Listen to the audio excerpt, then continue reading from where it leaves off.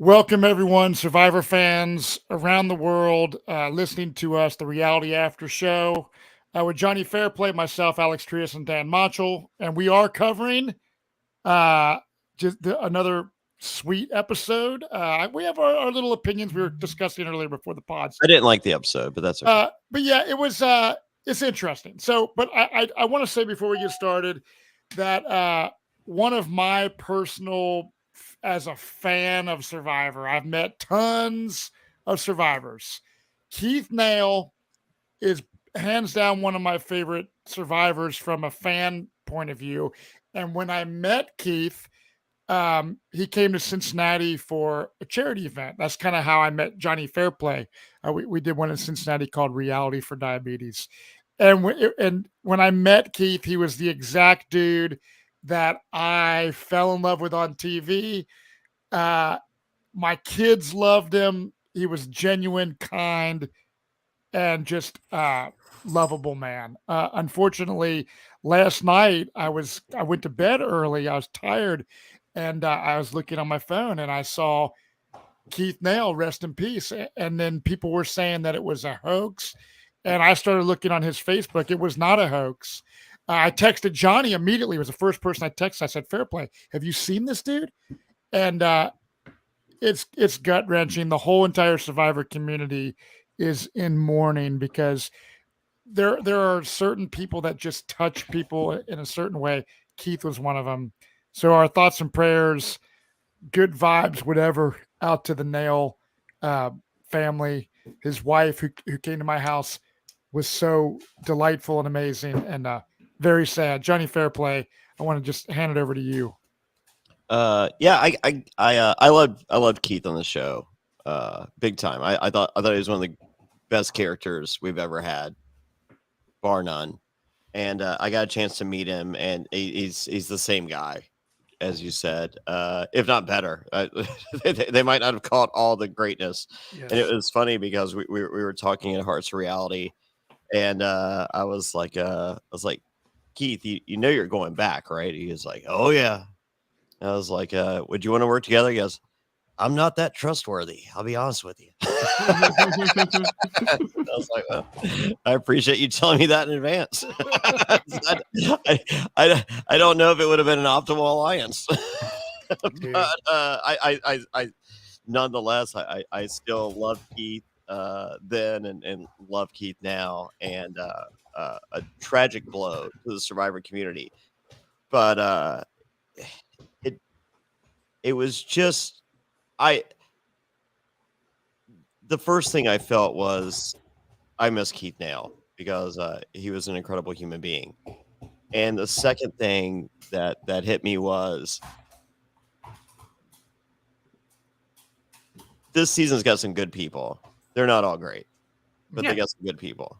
The last seasons have had a sprinkle of good people. We've watched 4 seasons of a bunch of turds because this dumbass Jeff can't bring back people we want to fucking see on our fucking television sets. And it infuriates me to no end that I had to watch turds instead of this incredible fucking human being on my fucking TV. Jeff, get your fucking head out of your fucking ass and bring back the people we want to fucking see on our fucking TV. How about there's that? A lot of them. There's a lot of them. Because we lost this one. Yeah. So don't keep making the same mistake. Give me turds, okay? Mm-hmm. So guess what? Carolyn's great. Mike Turner's great. Jesse Lopez is great. We've had some great ones, but it has been a sprinkle. And we've had so many great ones you can bring back and sprinkle in with all these other people. And God forbid we can't have good looking. You know what? Keith Nail's a good looking guy. Sorry. Yeah. Yeah. I'm sitting there watching Tribal Council tonight. I'm like, I wouldn't fuck any of you.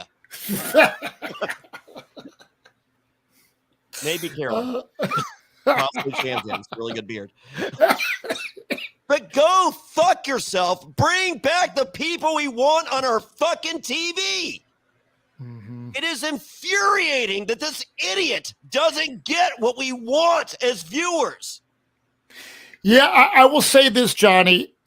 I watched a clip. It's been going around since the Keith Nail when they're at a reward, and there's this scene of him getting this motorcycle started. He's like, "There ain't no beaches in Louisiana," and he's driving them around, and it's this moment, right? And that moment is so special and memorable and cool. Yes, I'm like, I remember that moment. What moment did we have in the last 3 seasons like that? Yeah, we are not. We are not getting those type of moments and that deep connection with people.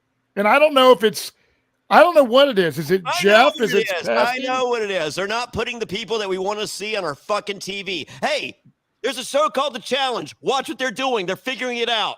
Mm-hmm. Yeah.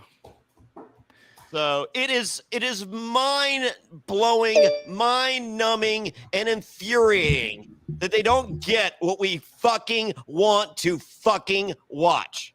Yeah. I'm sorry. I mean, like, I've done a really good job the last 2 effing years trying to use the right words, but it pisses me off so much that we didn't get one more Keith Nail to watch some turds. You want to know who's the third turd? I get named 30 turds in the last 4 seasons. 30. Mm-hmm. No problem. Yeah, I just feel like, yeah, it's this, something is majorly missing. I agree with you, Fairplay, that we've had the Mike Turners and the different people that are decent characters. Yeah. But overall, it is no secret. I don't love Jonathan as a character. Guess what? He's good TV. Bring back a Jonathan. That's fine. Yeah, right. Yep. No, I agree real life. with you. I didn't like him on TV. It's fine. But and I don't want to see, and we've discussed this on our Patreon. So if anyone listens and you want to support the podcast, the best way to do it is to become a patron, realitypatron.com. We do a weekly Q&A, amongst other things, secret Facebook group. And we had discussed like Survivor's rumors about 90 minutes. And tonight, Alex, before we went on, is like, this would have been a good episode for 90 minutes because I had started out saying, dude, we had an hour-long challenge. Commercial breaks again in the middle of a challenge. And I was sitting there, we're out on my patio. It's a gorgeous night. But I told Tessa, I was like, they should have just made this challenge. They should have had everyone on the footholds without the first couple things. The only purpose of the first couple things was the 5 seconds of Caroline laughing as she's trying to meat spin around the around the netting and laughing and shit. Meatspin.com. But besides that, it just was like this episode could have been 30 minutes, no problem, in my opinion. Because here's the deal. Everyone's complaining the beginning of the season. Oh my God, they sent home 4 girls in a row. Guess what? These bots, that's what you are. These bots, they've cast for the last 4 seasons because they love them so much. It's so much better than recruiting people that don't know how to play the game. These bots, they send home the girls first. Guess what they do now? We're going to get 4 dudes in a row that are the most athletic or semi-athletic or semi-good at something next. Oh, wait, guess what's happening? That same effing thing. Because that's what bots do. And that's what you're casting. Bots. Mm-hmm. Tell us how you really feel, Johnny. I'm furious. Hey, guess what? You're going to be in New Jersey next week. Next Wednesday, I'm going to be in New Jersey at Tapestry, Somerville, New Jersey. It's free. Make a reservation. If you don't make a reservation, you ain't getting there. So make a reservation. It's going to be awesome. Following week, I'm going to be in Durham, North Carolina with Jesse Lopez, one of the non-turds in the last 4 seasons. He's going to be there. We're releasing a new beer. It's called the Merge Sour. Me, Sandra Diaz Twine, the Queen, and Jesse were on the can. Come get it. It's going to be at Clouds Brewing in Durham, North Carolina. Go to survivortix.com for that. That's survivortix.com. That's May 3rd. The following week, Chicago premiere. We're going to, first time ever there. We're going to be at a Bounce Sporting Club in Chicago. It's me and Sandra, someone from this season. Spoiler. Xander's going to be there. David Voce, a bunch of Big Brother folks. It's going to be incredible. SurvivorTix.com. That's May 10th, day before I'm throwing out. Or is it that day? or the day before. I don't know. One of those days I'm throwing out the first pitch. I think it's the day before. I'm throwing out the first pitch for the Cubs game. And the following week, I'm going to be in Charlottesville, Virginia, 3 Notch Brewing. It's the release of Jonny Fairplay, Pink Lemonade Sour. That's in Charlottesville, Virginia. And me and the Queen, Zane Knight's going to be there. And then for the finale, May 24th, who knows who's going to win this shit show? We're going to be. It's Kane. It could be. It's going to be Kane, and Dan's going to get a tattoo on his neck from Cody Rhodes' logo. Yep. And that's going to be Wednesday, May 24th in Charlotte, North Carolina at Lenny Boy Brewing. Tickets available for all those events at survivortix.com, survivortix.com. I'm sorry. I mean, like, I just, I didn't like tonight's episode. However, I didn't sleep last night. I had a crappy night. As I said, I love Keith, and I kept thinking about Keith, and then I had to wake up early, and I got to wake up early again tomorrow. I got some house stuff that I'm dealing with right now. Good stuff, not like personal stuff, just like actual house stuff that I have to go deal with. But yeah, hey, Brandon, guess what? You're a strong dude. So come right before the merge, and right after the merge, a strong dude goes home, because that's what bots do. So that's what you fucking get when you fucking cast this. So thank you, and I'll be listening. There you go. See you, Fairplay. So, you guys, before I went on, I did say, like I said, we had another episode like this, I believe, earlier this season. You can refresh my memory, Alex, where we had a multi-tier. Was it this season or last season where we had a? It was a commercial break mid-challenge. It was last season where Gabler was giving each minute to somebody. Oh yeah, this was for the yeah. Okay. It was the exact same challenge except the different ending. Except for the different ending. This is the exact same challenge too. Except the third part. Okay, except for that final, the foothold thing. Yeah. What was the last? It was the forearm grip that you said you would do well because of your background. So that's another. Just for the record, this was not a highlight episode of the season for me. However, and I've had the podcast about the last, tons of seasons now, but 41, 42, 43 were not the most fun at times podcasting, because like I have my opinions, and I don't want to be on the podcast as a total Debbie Downer, because people listen to the podcast because they love Survivor, and I love Survivor. So let's just keep that out there. But I agree with what a lot of Fairplay is saying, because like we have had some really amazing characters, but it is just a little different. I know we're in a new era. Well, yeah, but I don't know. I like Brandon going home tonight. Made sense.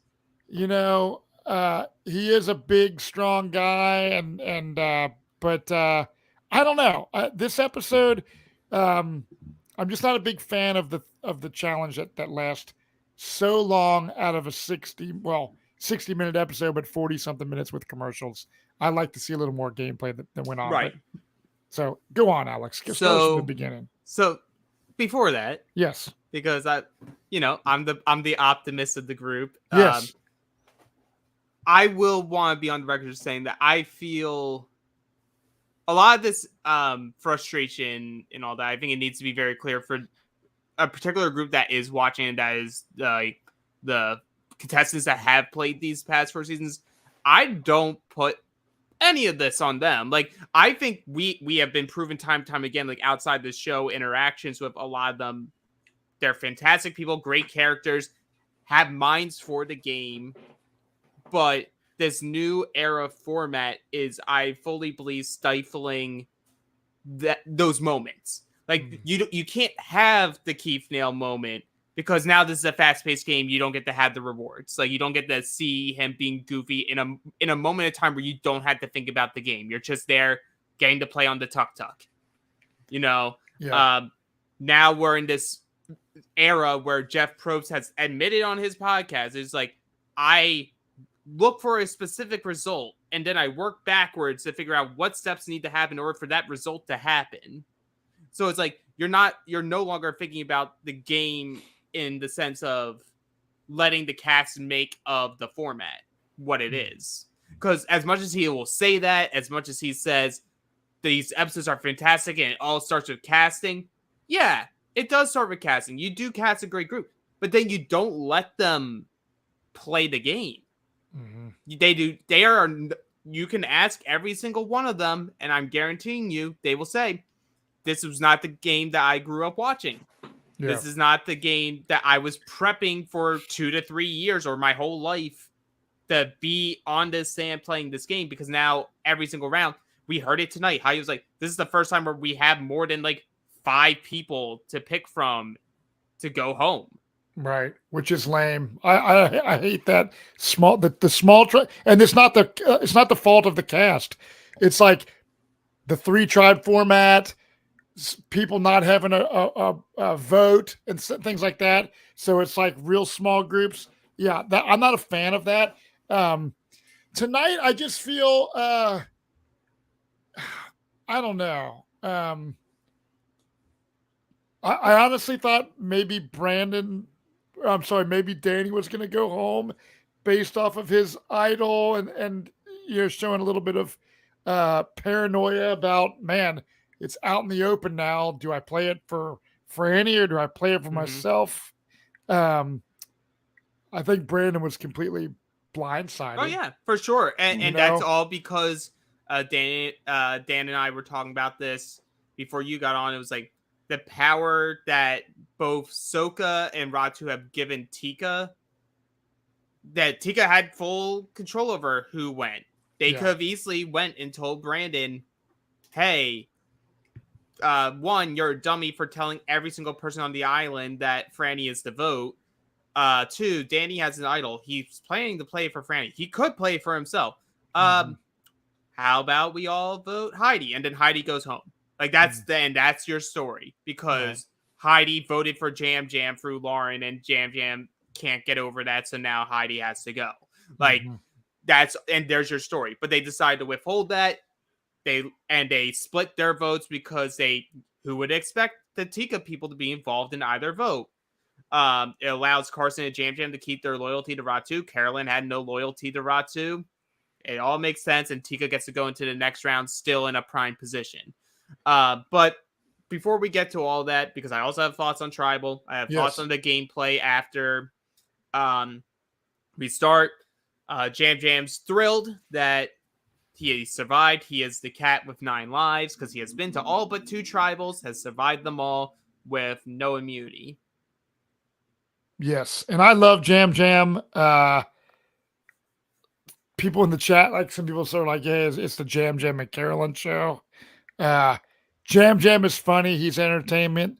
I love the fact that he's been to so many tribals because it makes his confessionals just that much more entertaining. Because he just gets more and more exacerbated every single time he doesn't have safety around. It's like, oh my God, I'm going to be the name again. How do I get out of this one? Yeah, he's funny. I like Jam Jam a lot. In juxtaposition to that, because one thing he does do well during that is comforting Franny.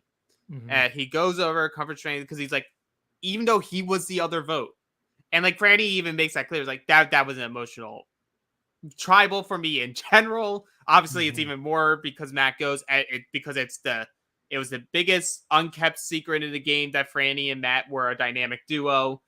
So she now feels marooned again. She doesn't have anyone. Matt was like that comfort of people from home. So it was essentially having a living and breathing luxury item that like survivors don't get to have anymore. So I can understand, just like as much as you think you're this game player, you can be this bot. Like I can take anything in stride. You're gonna have these breakdown moments. But I think it's within that breakdown moment that I think is what causes her to become the name. Because I think what we were saying, or one of the things we said last week, and something that the players are thinking is, yeah, we got Matt out. That's great. We took out Ahsoka number. And like Danny's a threat. Danny and Heidi seem very close. but Franny has a guaranteed vote.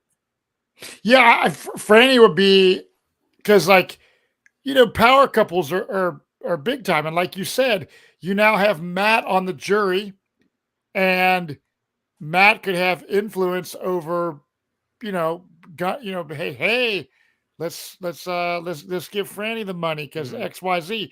So when I was out there on Survivor Caramoan, we voted these two girls out, Allie and oh crap, I can't even Hope, because they were the girlfriends of Eddie and Reynolds, basically. So Franny would definitely be somebody that I would kind of want to put on the jury sooner than later. Yeah, what I mean? and she does come across. It's like you hear it from Brandon later in the episode. Like she is. You can just tell she's one of those people that you can just tell by looking at her, hearing her. She's very smart. Yes. She definitely has a mind for the game. She has proven that she can do well in a certain type of Survivor individual competition. Mm-hmm. So like, and as soon as that happens, then in the back of your mind, it doesn't matter what the comps are that are coming up. You're thinking, but they have won one. Mm-hmm. So that means that they can win again. Like momentum in Survivor is a huge thing. Yeah. And like, who knows if Franny gets to the final stage, maybe it's Franny that wins that comp too. Yeah. At that point, like I wouldn't have put it past her. Mm-hmm. So it makes all in the sense in the world for Franny. And then we have like Ratu's like patting each other on the back, like we have the numbers, we have control. You hear Kane going like, the thing I came to the game is saying like, I don't get cocky, kid. But I think he makes a good point. It's very hard not to when like everything's coming up Millhouse. Is like every single like he had his one peak or his one dip at the beginning of the game being the sole vote on Brandon, or the only sole living vote on Brandon. So he was at the bottom of Ratu, but they keep winning. They keep winning. They keep winning. He wins Submergatory. He's safe in the next at Final 11, whatever that comp was last week. Mm-hmm. So he's been safe. And so like you keep having this high because your whole tribe's saying safe. So as much as you say like, don't get cocky. As soon as you get cocky, that's when it happens. But you never say it. Even if your quote is to don't get cocky, you never say it in confessional. Right. It is a curse. We all know it's a curse. As soon as you say it, production's like, oh, we are airing that. And as soon as they go, oh, we are airing that, something is going to go wrong. So right then and there, I was like, someone from Ratu is going, and I was scared for my life because I was like, God damn it, if we lose Kane, then Dan was right. Kane is going at some point. No, he's not. He is. Yes, he is. Did you not Yes, see the wait, Dan? Did you not see the next time on? I Kane has saw the woken next... up. Kane has woken up. He has risen through the top, for the. And he has a man bun. He had a man bun tonight. Yeah. Pretty much. First of all, fuck Kane, and for whoever said it in the chat, no, I will not be getting the tattoo live at the Charlotte event. But he's not winning, so we're not gonna have to worry that. But my question is, going back to Ratu, they feel so powerful. So included in their group is Jamie, and Jamie started out there, but then obviously she left.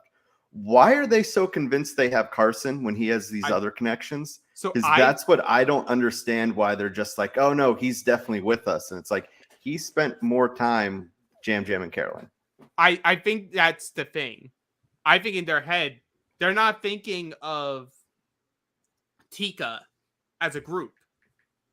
They are seeing their Ratu numbers, and Carson is the appendage 5th from being swapped over. And then they're staring at 3 Soka on the other side, and from pre-merge stuff, have no relationship to Jam and Carolyn. So it's like, it's our 5 versus these 3, but because we have Carson, we have those 2 as well. So like in their head, it's not something they even think about because Carson has done such a good job of instilling into them that he's good. Like, he is good with them. Like, you're my new tribe. I don't care that I'm 5th. I don't whatever. He has done a good job with his social game of getting them to trust him. He could have an amazing social game, but this is where, Johnny was bashing on casting or whatever. If you're casting all these super fans and no one's bringing it up, they're either not super fans or they're idiots. They're not super fans. That's the main point. Like, you could tell by the way Brandon decided to play the game. No shade to Brandon, but shade to Brandon. And now let me throw shade at Heidi. Dan's winner pick. Still alive. I'm She sorry. is. Are either of your winner picks still in the game? No, No, Matthew so. is gone, but No, but here's the thing. So Heidi is trying to cover her ass with Jam Jam, explaining why she threw Lauren's voting. Wrong choice. That you decide the smartest thing you should do after a vote where Jam Jam got votes, and one of them was because you forced a vote on him to go, I just didn't want to ruffle any feathers then. And that was the problem with her gameplay. At Final 11, you are merged. This is the individual portion of the game. The pre-merge is the moment where you're trying to make friends, make new friends, keep like building those bonds. We're at the individual portion of the game, baby. Like, you can't be doing a move at 11 where you have a chance to even the playing field and go, I don't want to ruffle Ratu. I need them to still be good with me. Because I called it. It was like, immediately when this doesn't happen, the very next round, she's like, well, we have to do it now. If we don't shoot at Ratu now, then we're screwed. I'm like, well, you had a shot last night. Mm-hmm. You could have made Brandon or Jamie vote Lauren, and by doing that, you're signaling to Matt and Jam Jam, hey, if you all want to stick around, you vote Lauren too. And now her extra vote is useless. You take out Lauren, you take out her extra vote, and suddenly, even playing field. Mm-hmm. Like, it still works out at the end of the day, this episode, but Heidi made a bunch of errors today, as well as a lot of them. But Heidi in particular made a lot of errors tonight. That I think Carson made errors too. Game. Oh, he did. Like, I'm like, Carson, keep your mouth shut. Like you're smarter than that. Like, if people are like divulging their idols and stuff like that, I just feel like people are blowing their shit up. You know what I'm saying? And this isn't the first time he's done it either. It's the starting second time. To develop a pattern. I know. I was Keep his texting. mouth shut. I was texting with my buddy John. Dan, you know John, and we were both like, "This is the second time. This is now like one time. Okay, innocent mistake, or maybe that's part of his strategy was to let it go out and then be naive because he's the young kid. It's like, oh, I didn't mean to do that. Like, oh, this is the second time now where you have given up like prime information to someone that could have like upended your plans. Yeah, like, I am not trusting Carson at all. If I'm in the game and I see him, I'm not trusting him at all. But I'm hoping for those that are on Survivor 45 and 46, because they, at this point, they're still able to watch what's happening in the season. Yeah. They need to be watching what has happened these past 4 seasons and have a realization that it's okay to share information. Mm-hmm. It's about knowing what's the right and appropriate information to share and what do you hold close to you until it's necessary to reveal. If someone that is your ally, and this is like for Heidi, if someone is your ally and they tell you they have an idol, we can fix this because Brandon was stupid and told us their plan, and we can believe that Brandon's not trying to be shady because that's not the type of player Brandon is. Mm-hmm. He's very straightforward and just wants to have a majority vote. I play my idol on Franny. Our votes at Soka take out Brandon, and we move forward. We could try to bring Tika in. We do not need to tell them the vote. And the first thing she does to try to ingrain into Jam Jam and Carson is, I know I shouldn't be telling you this. This is stupid. But Danny has not. He's your number one. Mm-hmm.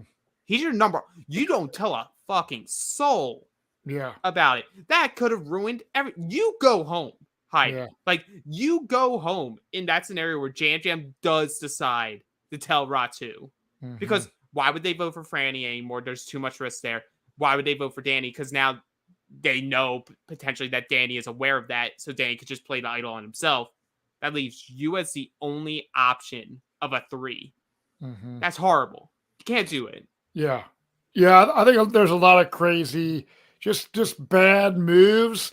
I will say, we see the morning after tribal council and everyone's kind of, I guess Caroline is cooking crabs and shit. It looked nice. And, but but then you see Carson hurling in the woods. He's sick. Now he was on the reward, correct? Eating like Yeah. so. I feel It's the beers.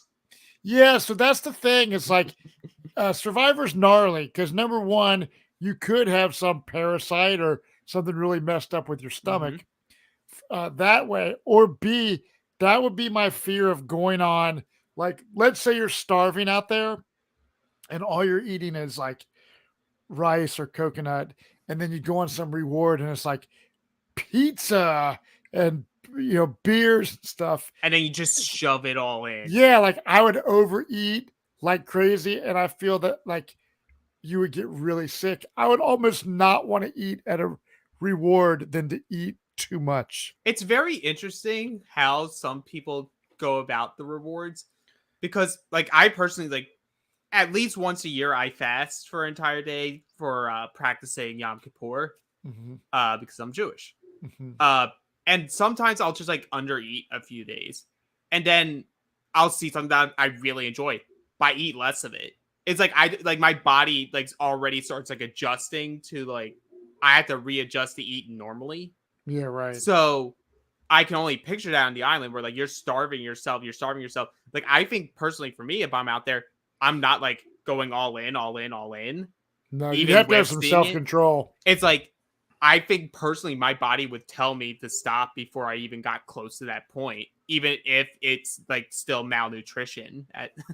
But yeah, but I think you're a kid. Like Carson's still a college kid. He gained, and I think a big part of it is the amount of weight that he gained for himself. Like if you see the pictures of him, like prior to him like going on his like fitness journey to get ready for the island, he was a twig.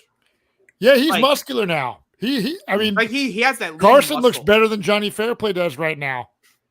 Yeah, Johnny's not here to lift his shirt up to show us his abs. But I felt very like I feel like it was something they felt like they needed to show because he was sick, and then he talks about it at the mat. It just I don't know. The scene felt weird to me. Do you think it's foreshadowing that he could get keep getting sick and get medevac or something? I'm not sure about that. Yeah, because we saw that kind of with Matthew, whatever. Yeah. Like he was, Matt. I think we need to have another next time on where we once again see him getting sick. Yeah, we have for me to buy into that, because to me, like maybe someone's gonna be like, "Oh, Carson had no adversity in the game. Let's like, what if Carson wins? We need to show something." And he got sick, and now we're gonna force feed him a confessional where he gets to say, "Oh, this is the lowest point I ever had in the game." Like from vomiting. No, at this point in the game, no one's gonna vote you out because you're vomiting. I think he's young, and when he said he obviously hasn't had a lot of bad times in his life, if that was the worst thing that's ever happened. I can imagine being sick like that. I'm assuming he hasn't been hungover a lot in college. He probably hasn't, but it would suck to be puking out there. But for sure. But yeah, he get they show this clip, and then it's time for tree mail, where there's going to be an immunity challenge coming up. But before they go to the challenge, they have to pick pairs. So there's like 5 pairs. They did it better this season. I don't know what the challenge is going to be. They did it better this season. Last season, we all went on a fucking rant over how like they were so indecisive that they were like picking rocks or sticks or whatever. Oh yeah. And we were just like, oh my God, make a decision. Yeah. At least this group, they made decisions. Like, yeah, they did. Immediately you see people bumping up, like Jamie's just like because they don't know whether or not they're competing against each other or with each other. And so like you have Jamie like, hi, we're like the same build, same like type, like if we're going against each other, it's fair. Let's do that. They agree. Carolyn, because she's such a number one for her people, immediately says, Carson, I'll pair up with you. Yeah. Like I'm completely fine with that. I've also noticed just like a little sidetrack here before I finish up the pairs. Carolyn's professional count. Big dip. Lower. Big dip. Yeah. But I mean, I also think that's I don't think because it's a bad thing. No, but I mean, they were going to tribal every episode, and as it's starting to dwindle, you were going to hear from her or Jam Jam. So now that they're all together, Jam keeps trucking through with those confessionals, and Carson.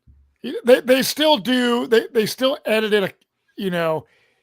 They're keeping the Caroline funny stuff alive with her in the netting, and when she's like stands up in the middle of the challenge, like she's like, I'm all itchy with the mud and stuff. Yeah, So I guess my concern is that at least when they were going to tribals, we were getting the funny Carolyn, but we were also getting the strategy. Like we haven't seen her much even at tribal, like talking. I feel like they are treating her in the edit how some of the players are treating her on the island, where she is constantly being like discounted. Yeah, like her voice isn't being heard. Like we see later on when Danny's like telling Carson about the plan, he completely like when Carson says, "Do we want to like have Jam and Carolyn involved?" He goes, "No, we don't need them." It's like you're like completely disregarding them. Like I there's this weird energy with a few players where like they're bringing up valid points and they just consistently are being like disregarded strategically. Yeah, that I just want to I'm like keeping a mental note of as we keep moving forward, because I'm like, well, if Carolyn doesn't win the game, it's maybe that's how they're trying to show the perception of they just see her as this funny character. They don't see her as some strategic game player, even though we know as the viewer that she is. Yeah. But to finish up the pairs, we have Brandon and Kane pair up, and in what world would I ever let those two pair up in anything? Never. Like I will never let the two hulking guys on the tribe be the ones getting the team up together, even if they're going head to head. The perception in my mind is you're doing at least something together. So no, you do not get to put the two big guys together. You have Jam and Franny, and then the fun one is Danny and Lauren, because Lauren is like, I am perceived as the weakest person here. Danny is sort of feeling like he's just left with me, but I'm hopeful I could do something that will be helpful. Right. And it's just so funny seeing those two together because they were going after each other. Like they were ready to go after each other. Danny even says like, "Oh, I wouldn't mind like winning with Lauren. I'm still going to target Lauren." Right. And that gets us to the challenge. And this challenge is like 3 different parts. So it's like we can speed through it. Yeah, the first thing is you spin through the ropes and stuff like that, and the last group of 2, the last pair does not move on. Everyone else moves on to the next time, and then the next one is like you're on these ropes. You take these boards to make a bridge. You got to go across. Which I did some stuff like this at Bob Crowley's. It's kind of a fun part, and then it's like commercial break.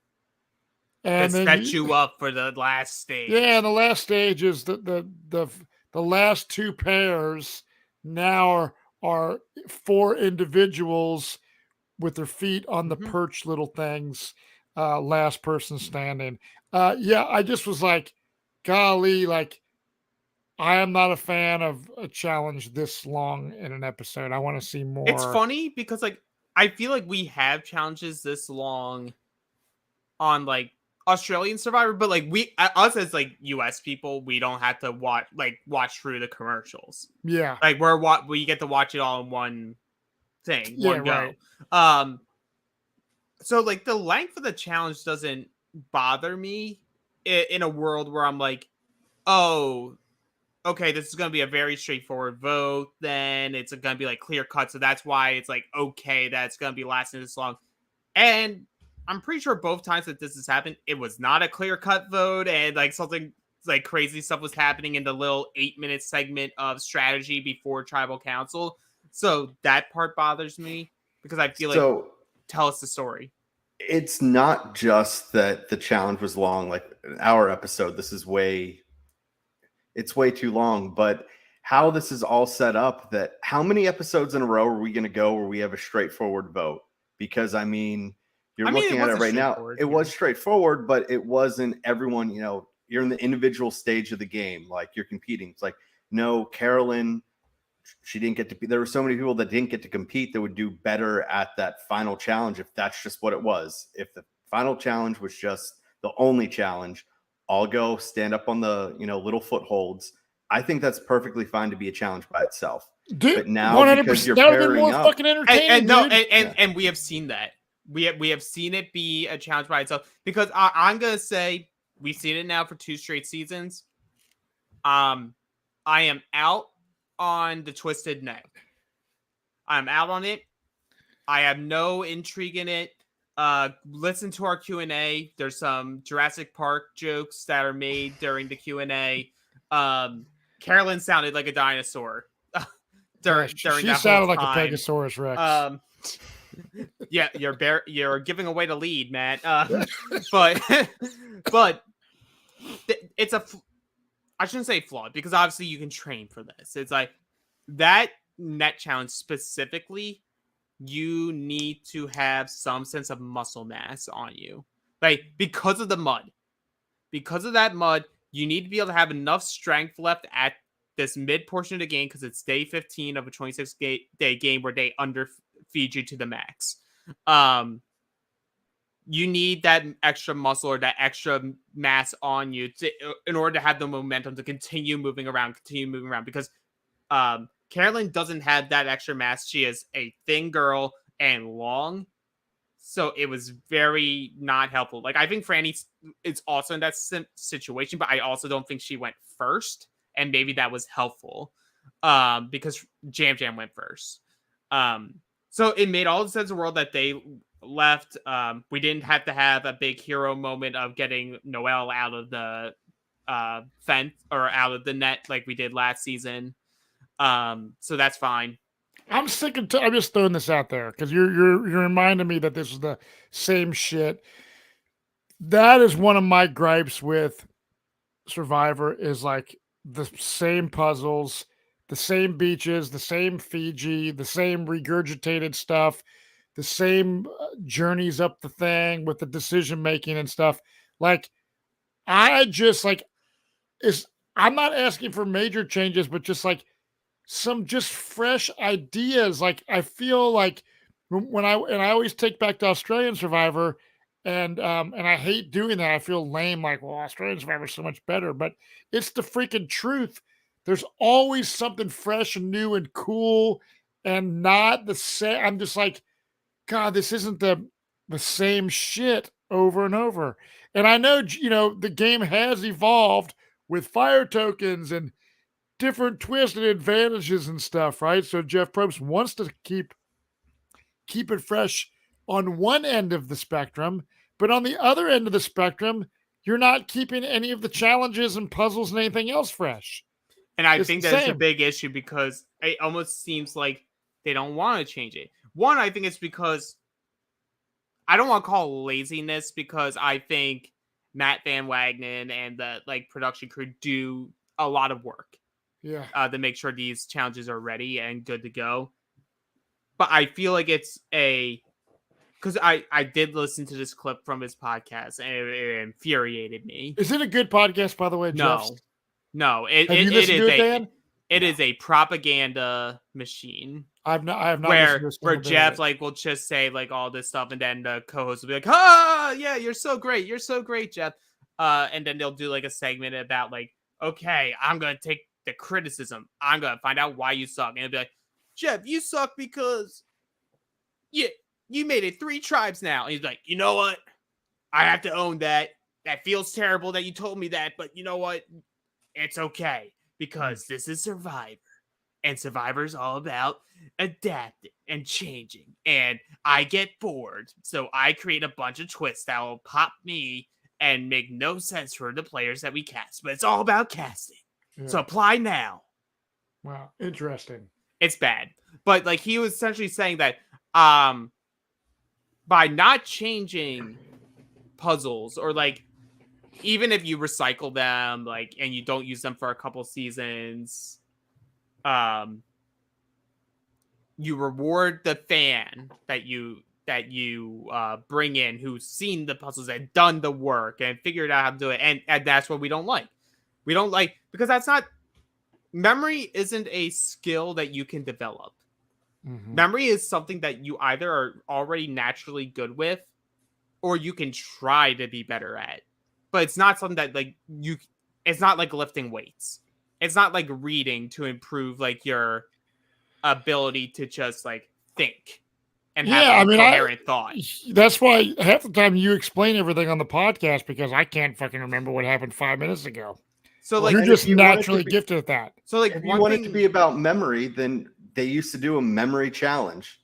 Yeah, they can do it that. It doesn't need to be about remembering all the puzzles. But like even so, one thing I think we mentioned before, you don't have to like get rid of the puzzle type.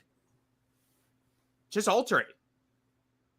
I imagine Vexel Puzzles is pissed because they can't make new puzzles because they're fucking making the same puzzles every time. But it's like by altering it, like you alter the tree puzzle, you make it into a different tree, different different pieces, but the format is the same.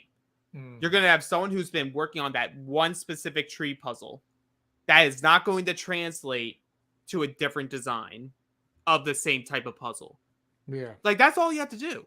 Now I'm not asking for you to change the world. I'm not asking you to move mountains to just like create something out of thin air. Just alter stuff. Yeah. Yeah. But that like, so we get that because of what happened on 43, Jeff makes it very adamant on stage 2, like, okay, I know you guys just use some energy. I'm going to remind you, you need all 3 planks. If all 3 planks do not get across, you can't go down. But no one has that issue. Brandon and Kane just like muscle through. Lauren and Danny move very fast. So those are our final 4. Jam, Franny, Heidi, and Jamie are now out. So that gets us to stage 3 after the commercial break. We already discussed that. So there's 4 stages on this, like the wall hang, essentially. And obviously each stage you go down, there's less space for your foot. I knew neither of the big boys were going to win. This is designed for a woman to win. It's designed for someone, like with smaller feet. I thought Danny had a chance because one thing I kept thinking about was like his breathing thing that he does. So, he farted. He did the fart joke, which actually was. I was like, holy shit! I didn't see that coming. Yeah, Jeff, just like making this such serious moment, like we're about to transition. Jeff, what, Danny? Like I think Jeff was about to think Danny was gonna be like, I physically like can't get down. That's what like, I thought. I need someone to like help me get down. Yeah. To not injure myself. Instead, he just farts. See, that's and it was there, and I was like, oh, that's like it brought me to Keith Nail. Yeah, dude. And I was just like, oh, that was fun. That's literally some shit that I would do. And I was like, man, I wonder if they like thought about should we air that or not? Do you think they had a discussion about that? I think it happened, and Jeff knew instantly this has to be on the show. Farts are funny. It's gonna get the kids to want to apply to Survivor so they can fart in front of me. Maybe apply now. Are you guys applying? Do you guys ever apply for Survivor? I have never applied to a show. Have you, Dan? I have in the past. It's been a while. Would you guys want to play this version of Survivor? No. I mean, why not? I get to join the Survivor family. Yeah. Like I'm only in it through extension of you and Johnny right now. True. Like, and your time is fucking short, so you better step your game up. I'm just kidding, dude. I know. You should apply. 16. Why not? Why not? Because I'm not 16. I'm not Jeff's target audience right now, dude. I want to get you when they're teenagers. This doesn't sound creepy at all. The one thing I will say when Lauren wins immunity is she's emotional.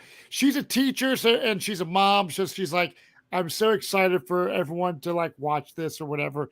And I think that is going to be cool. I was imagining just all her elementary school kids like loving it. Mm-hmm. And that was probably a very special moment for her. So I like the fact that Lauren wins. You know who didn't like that Lauren won? Danny. Danny loses, and like people are coming up to try to like give him like condolences, like, oh, you tried to. He's just like, no, I need to walk away right now. But because his plan's now gone.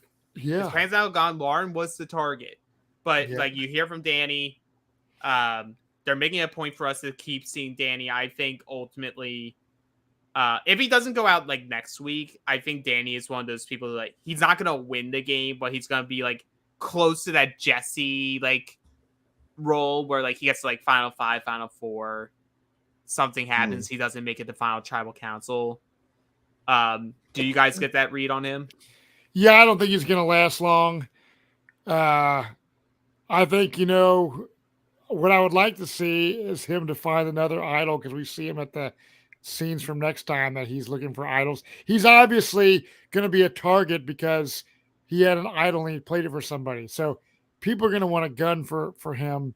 So I think it would be kind of funny if he found an idol and then plays it the wrong way and gets blindsided. Or like is so confident again that like he now has Tika on his side that he doesn't play it. Yeah, or he finds it, he plays it correctly, and idles out Kane. Also an acceptable option. No. He thinks he votes. He thinks he puts it in right, and then Heidi leaves. Well, all I know, everyone after the challenge is kind of cleaning up from the mud, and Franny's name is kind of being thrown around. Brandon is saying it's Franny. They tell Jam that it's Franny, which is fine. But Heidi thinks otherwise. And this is when Danny goes to Heidi to tell Heidi that he has his idol. So says much he'll play it, so Brandon will go home. So much bad gameplay here. Yeah. So, Brandon, I'm talking to you. I'm sorry that you're out of the game. Mm-hmm. You know what? You played a good physical game. You played a good old school game. Being the big guy, being part of like, let's create that pagonging, let's go. You do not tell the opposition that you're actively targeting who you specifically are targeting, especially when you have been playing a game where you have not really been deceiving people. Mm-hmm. Right. That makes you the clear scapegoat for the vote, and why it ultimately falls on you. Yeah. Because they could have voted Kane. They could have. They aren't going to vote Jamie because of the threat of the idol. Mm-hmm. So that's why Jamie's name is not discussed. That is my full belief. They're just like, or they are disregarding her the way that they're disregarding Carolyn. Yeah. Because I think both worlds can be true. Lauren is safe. So now it leads like only Brandon and Kane, but Brandon has been doing better at the immunities. Mm-hmm.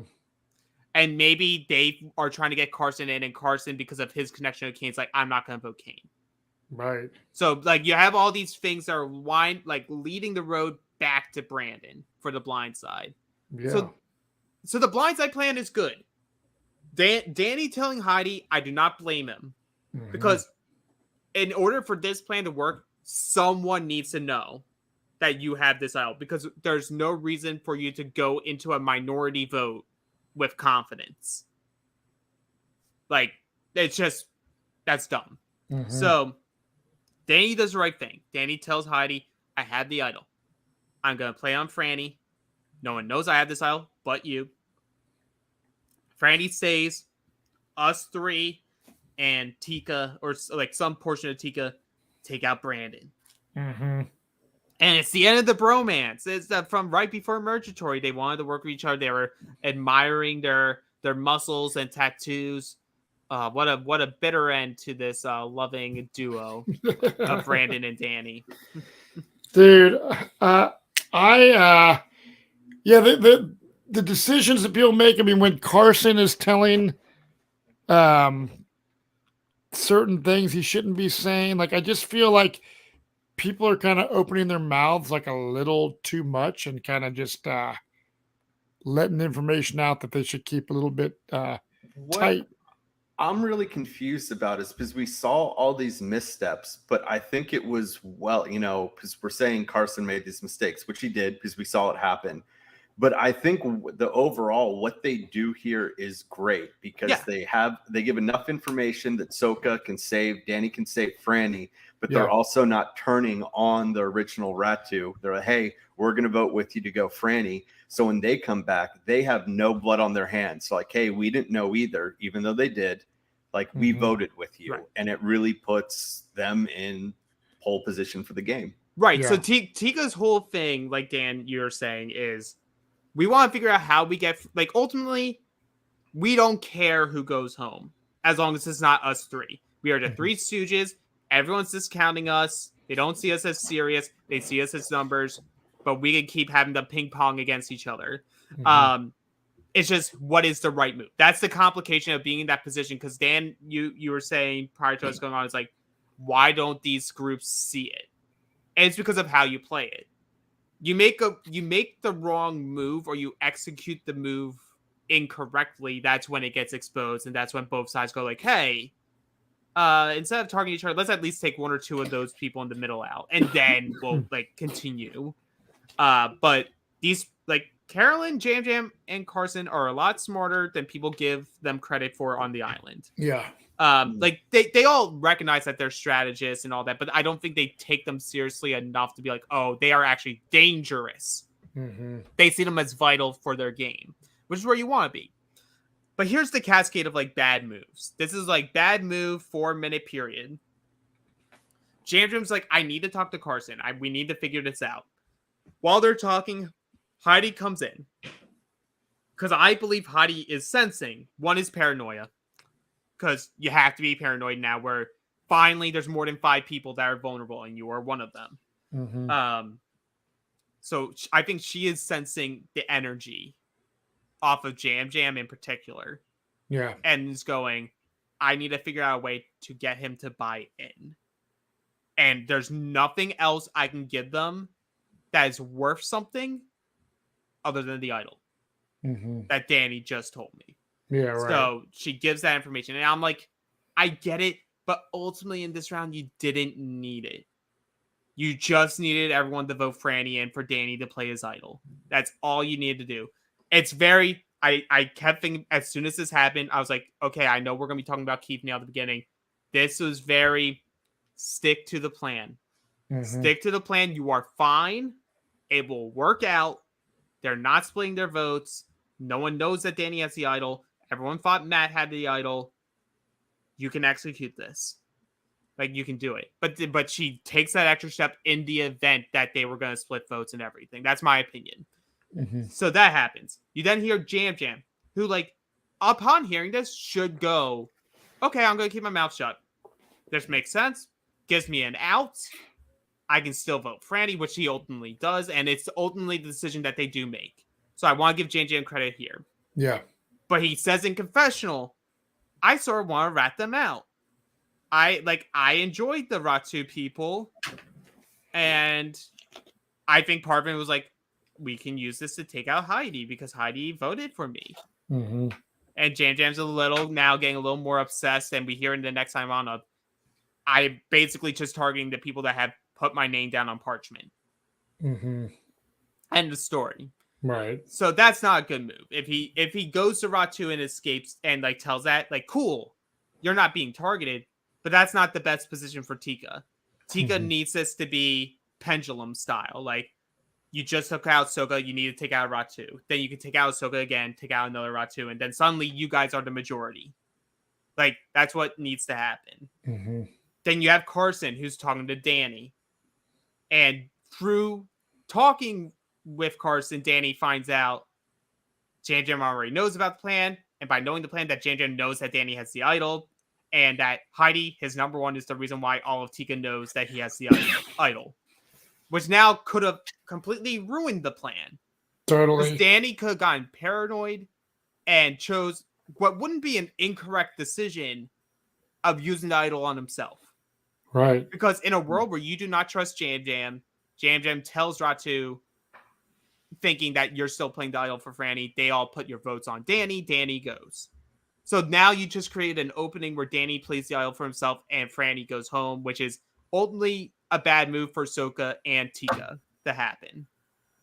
So like that's like the cascading events leading up to Tribal, where it's like 3 to 4 different things happened that could have all just not happened. Yeah. And you get the same result. So I wonder if Franny would have gone home tonight, if she would have been like bummed or happy that she was reunited with Matt? Okay, so Tribal, very uneventful. I never take. I'll be honest. I never take notes during Tribal, because it's a bunch of platitudes. It's not. It's never going to be what the beginning of Survivor was.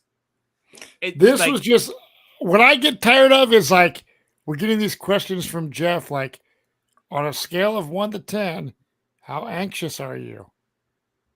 Like these are and like, I'm like, I don't need those questions, and because we know, Matt, like from personal experience, these tribal councils go hours. Yeah, like it was very. Are it you was a very telling me odd. Just nothing was really like I watch Australian Survivor and my fucking jaw drops at the tribal councils. So I will say the one thing I'll always hold to is that I treat Australian Survivor currently the way you treat like prime early Survivor. Yeah. Like not Borneo or like Australian Outback, but like prime early Survivor where it's young. It's in its early stages. These players have watched US Survivor, but like it's Australian culture, like people, and they're ready to just like go at it, really just cut it clean right there.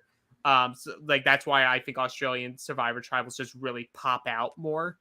But with this one, the one thing of criticism I want to give now, it's not even to it's not a castaway. It's a juror. I think Matt did a horrible job as a juror. And here is why.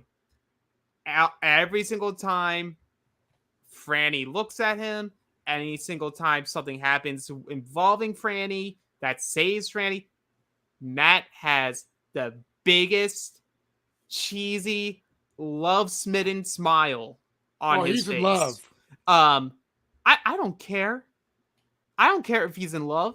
I don't care if he's in lust. I don't care that he wants to jump off that jury bench and fuck her right there at Tribal. Yeah. You do not show it if you want Franny to do well in this game.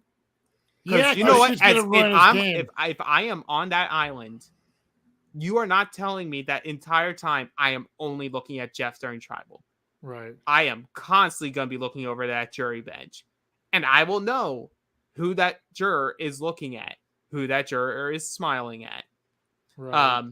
And in my opinion, as soon as I see that, it just further confirms why Franny was the original target to begin with. It has nothing to do with Franny herself, which is the biggest shame of it all. Mm-hmm. But Matt, I said at the beginning of the season, Matt would drag Franny down this game, and I still believe it. Yeah. Yeah, I definitely think that she, if she goes like, people already know that Matt's going to be voting for Franny no matter what, if she makes it to the end. So you got to take that into consideration. Danny plays his idol. Brandon goes home. Yep. Not really. This episode was just kind of it was like a filler episode. You have to have them. Yeah, but So if you're listening to this podcast right now, make sure to rewind to the beginning if you didn't get to the beginning, because Jonny Fairplay was on here, giving one of his most infamous rants. No holds barred. He is fed up. We'll see. This is why you need to become a patron, because it'll be interesting the follow up to hear Fairplay is like what he's been doing this week, why he had a bad day, what led up to his rant. To become a patron, it's realitypatron.com. This is how we met Dan and Alex and many others on this podcast network, is the support from people who listen to Jonny and myself for the last 5 years or some shit, where we do the podcast. And we do secret podcasts where we will rewatch old Australian Survivors. We do a Q&A, a secret Facebook group, and it's really cool.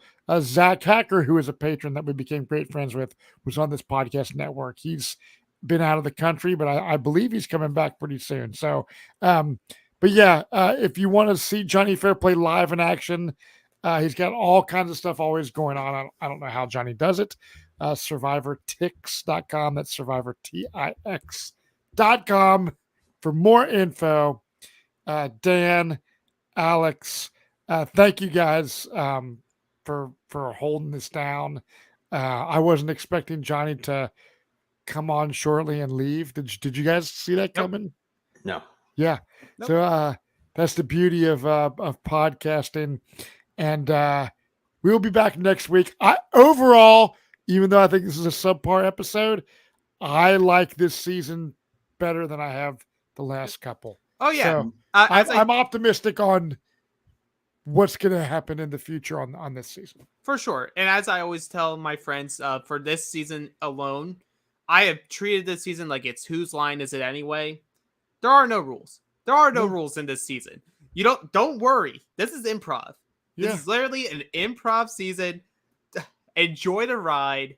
Like when the characters are allowed to actually be characters, it's entertaining. Hopefully we continue to get more of that as we wind down the season. But enjoy the ride. I want to give a stupid analogy right now too, because I just thought of this. So, yes, we can say all the time right now that, gosh, I wish they would do this like they did in the old school Survivor, and we missed this and missed that, right? Well, like last week I bought the new Metallica album, right? Mm-hmm. There's a lot of opinions online, obviously, like the album sucks, or some people say it's great, etc. Mm-hmm. Here's the deal. I bought it.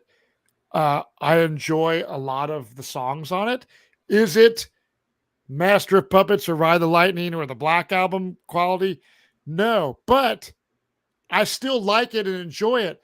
These dudes are 60 years old, millionaires, still putting out metal music to their fans, right? Maybe it's not these classics, but I still am happy that Metallica is putting out records.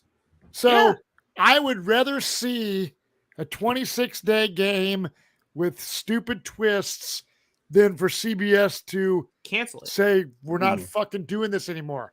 So I am thrilled.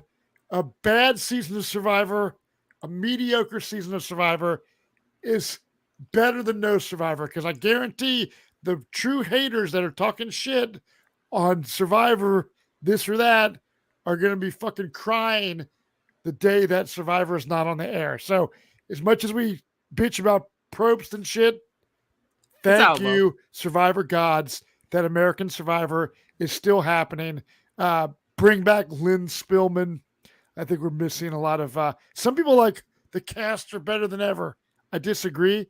I do like a lot of the casting. This cast is great. Like that's the thing. I feel like I think Lynn Spillman would obviously bring it back up a level, but I think Lynn Spillman is living her life just fine. Oh, she is right now. Allow the players to play. You cast them for a reason. Let them play and show everyone why you fell in love with them in casting. Like that's all we need. That's all we need. But I am thankful that Survivor is on. Yeah. And again, Keith Nail, rest in peace. I said this on my Instagram post. When I played Survivor, it was a dream come true. I was like you guys. I'm a huge fan. I applied. I got on the show. I'm sitting there like, holy shit, I'm at Tribal Council. There's Jeff Probst. Oh my God. It was fucking nuts. So playing the game of Survivor was awesome. Doing this podcast and stuff is awesome. But the friendships and the family unit that Survivor, not only the ex, cast members, but the fans and the friends I've made through you guys and all kinds, it is this tight-knit family. So like to see the outpouring of love over the Keith Nail and when Sunday passed away, it's just we're all here for one another, and it's just been a beautiful thing seeing people just the love and support. And that is the beauty of the Survivor community. That's why we do this podcast. That's why we love Survivor. And we will see you all next week on another episode of Survivor. We love you all. Cheers and good night.